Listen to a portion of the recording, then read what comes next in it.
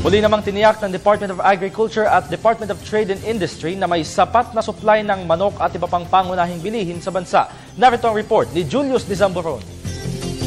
Mananatiling sapat ang supply ng manok sa mga pamilihan. Ito ang pagtitiyak ng Department of Agriculture matapos ang sunod-sunod na ulat tungkol sa kakulangan ng nasabing prime commodity. Actually, yes. Kasi kahit they admit that there is a supply, but there is supply. No? Ang natamaan naman talaga kasi is yung Glenda is Southern Tagalog. Meron pa talaga tayong supply sa norte na ito ang number 1 producer. Okay, number 2 lang po ang Southern Tagalog. Ayon sa DA, hindi naging apektado ng nagdaang bagyong Glenda ang chicken producer sa Northern Luzon. Ito din ang siyang tiniyak ng ilang poultry raisers. Ang mga biyahero, may biyahero ng South, may biyahero ng North. Ngayon, yung biyahero ng South, definitely wala sila makuha manok sa South. So yung sa North ngayon, doon sila umaasa.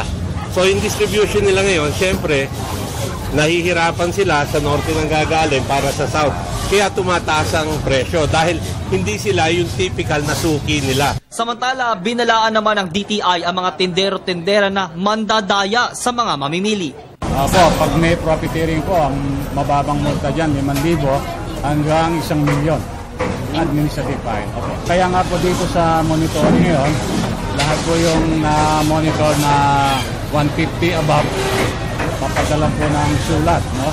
Ng Department of Agriculture through the office ni Asset Assessment. Sa mga consumers po, no? Marami pong manok, nakita naman nyo ngayon, ano? At ang industriya are doing their best to replenish po yung mga nasira ng bagyong Glenda. Si Nanay Susan matagal nang nagtitinda sa Mega Q-Mart, Quezon City. Aniya, regular na minomonitor ng pamunuan ng palengke at ahensya ng pamahalaan ang kanilang timbangan.